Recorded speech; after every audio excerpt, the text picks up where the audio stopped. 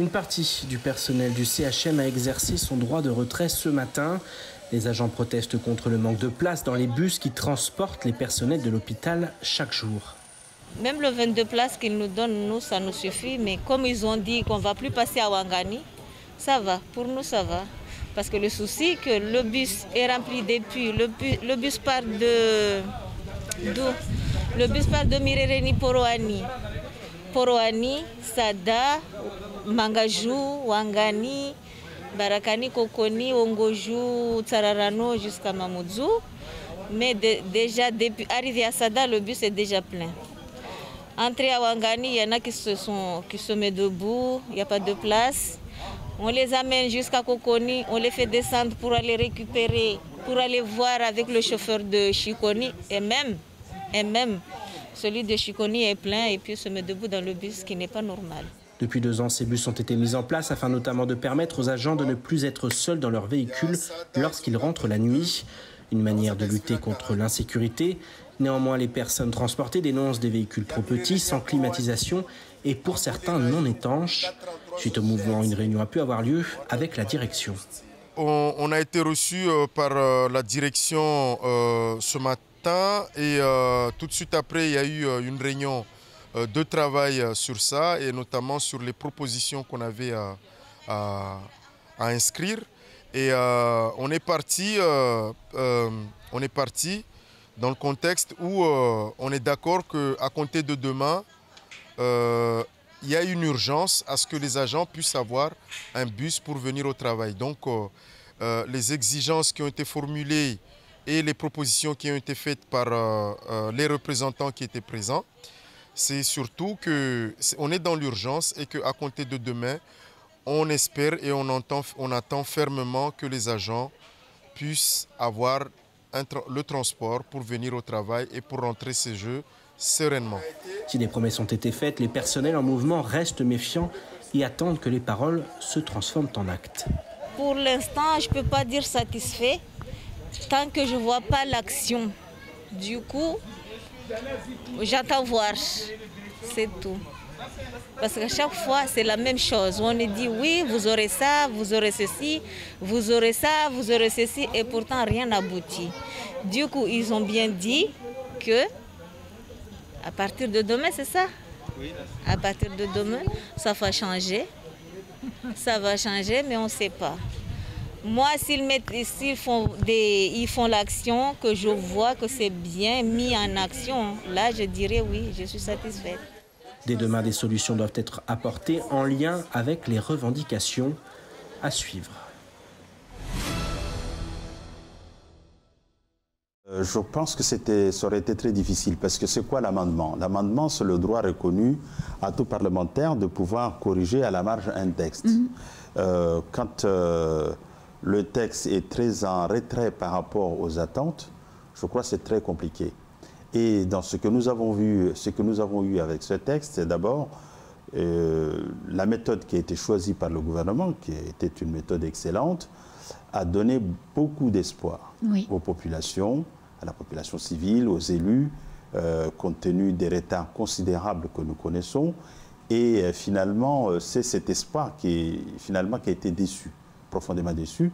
Je pense qu'il ne vous a pas échappé que sur 26 conseillers départementaux, 26 ont voté contre. Oui, ça ne m'a pas échappé. Voilà, parce que, non, ça mérite d'être rappelé parce que certains, y compris à Paris, cherchent à politiser le vote du conseil départemental.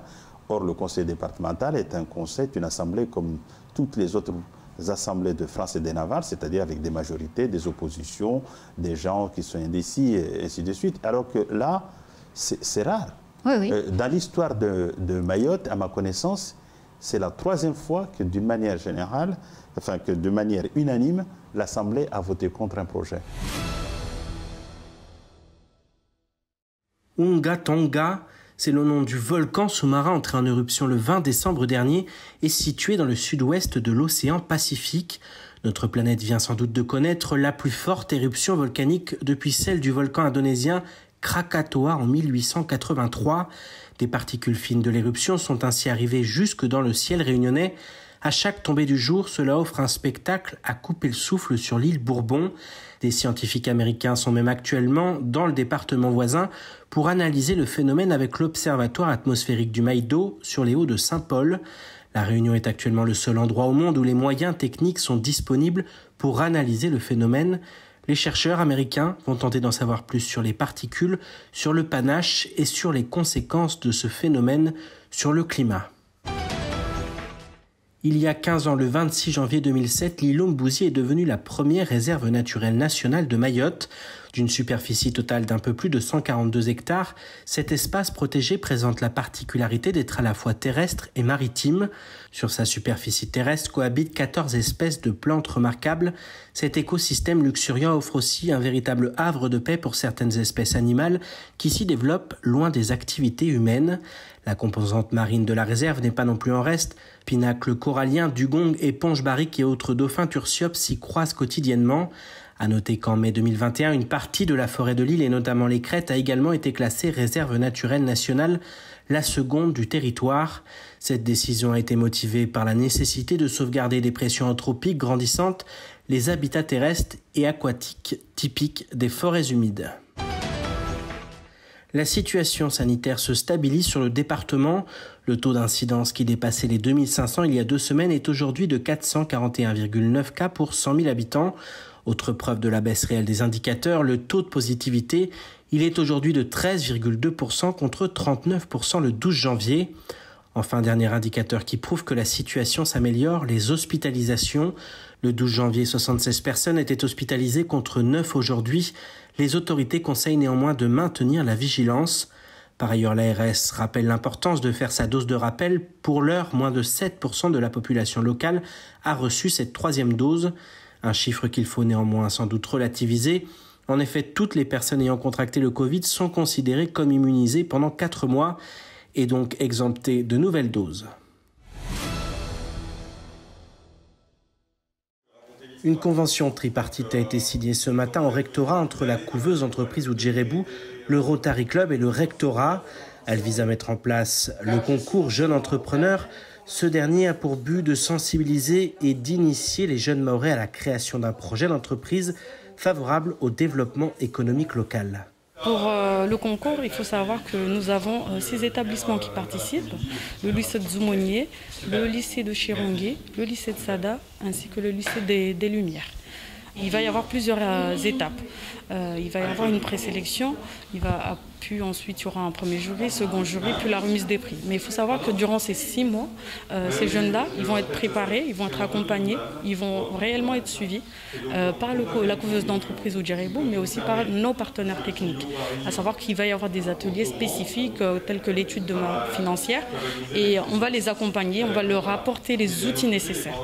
Mais ils seront accompagnés même de manière psychologique pour leur projet. Des projets qui sont soutenus par le Rotary Club, l'association très impliquée dans la sphère économique souhaitait apporter sa pierre à l'édifice. Nous sommes partie prenante parce que le Rotary Club travaille autour de 6 axes, je l'ai dit tout à l'heure, d'où le développement local. C'est pour cela que nous sommes donc en partenariat avec le rectorat et la couveuse d'entreprise Oudjérébou. Pour l'éducation nationale, ce concours répond à plusieurs critères fondamentaux. Par ailleurs, la création d'entreprises constitue une voie d'insertion à développer à l'avenir. On sait que vraiment aujourd'hui, dans l'éducation nationale, on doit travailler évidemment sur les fondamentaux, on doit travailler aussi sur l'insertion et on doit aussi travailler sur l'oral et la présentation. Eh bien, on voit qu'à travers ce sujet, on a les trois axes. On a des élèves qui vont utiliser leur savoir pour se projeter sur des projets et derrière évidemment des projets de création d'entreprise et ils vont devoir les présenter et être convaincants. Et nous nous réjouissons à chaque fois d'avoir des nouveaux partenaires, comme c'est le cas aujourd'hui, pour encore plus développer les liens entre le monde de l'éducation et le monde de l'entreprise. Donc c'est très important qu'on décloisonne ces deux mondes et qu'on accompagne nos jeunes vers l'insertion. Et une des voies d'insertion, c'est de développer son entreprise. Sur un territoire où le taux de chômage des jeunes atteint des records, ce concours doit permettre d'ouvrir la voie à de nouvelles perspectives d'avenir pour les élèves du département.